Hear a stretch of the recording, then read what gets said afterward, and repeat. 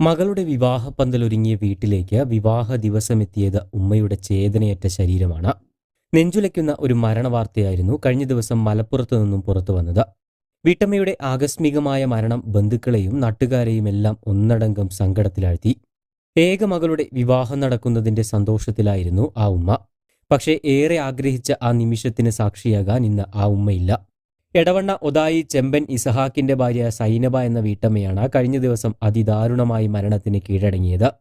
ശനിയാഴ്ചയായിരുന്നു ഇവരുടെ ഏക മകളായ ഖൈറുന്നീസയുടെ വിവാഹം തീരുമാനിച്ചിരുന്നത്. അതിനായുള്ള എല്ലാ ഒരുക്കങ്ങളും പൂർത്തിയാവുകയും ചെയ്തിരുന്നു. ഇതിനിടെ കഴിഞ്ഞ വ്യാഴാഴ്ച വൈകുന്നേരത്തോടുകൂടി സൈനബ ചായ കുടിക്കുന്നതിനിടെ ചായയ്ക്കൊപ്പം കഴിച്ചിരുന്ന കപ്പ് കേക്കിന്റെ അവശിഷ്ടം ഇവരുടെ തൊണ്ടയിൽ കുടുങ്ങുകയായിരുന്നു.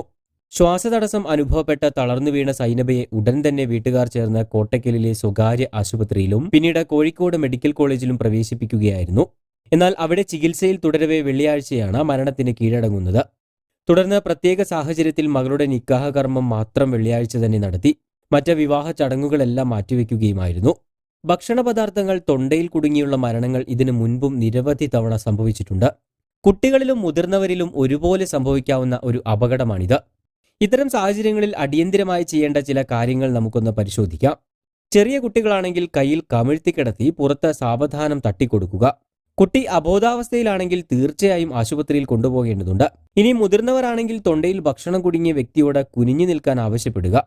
അതിനുശേഷം പുറത്ത് കൈപ്പത്തിയുടെ താഴ്ഭാഗം കൊണ്ട് ശക്തിയിൽ തട്ടിക്കൊടുക്കുക. തട്ടുമ്പോൾ ഉണ്ടാകുന്ന മർദ്ദത്തിലൂടെ തൊണ്ടയിൽ കുടുങ്ങിയ വസ്തു പുറത്തേക്ക് വരുന്നു.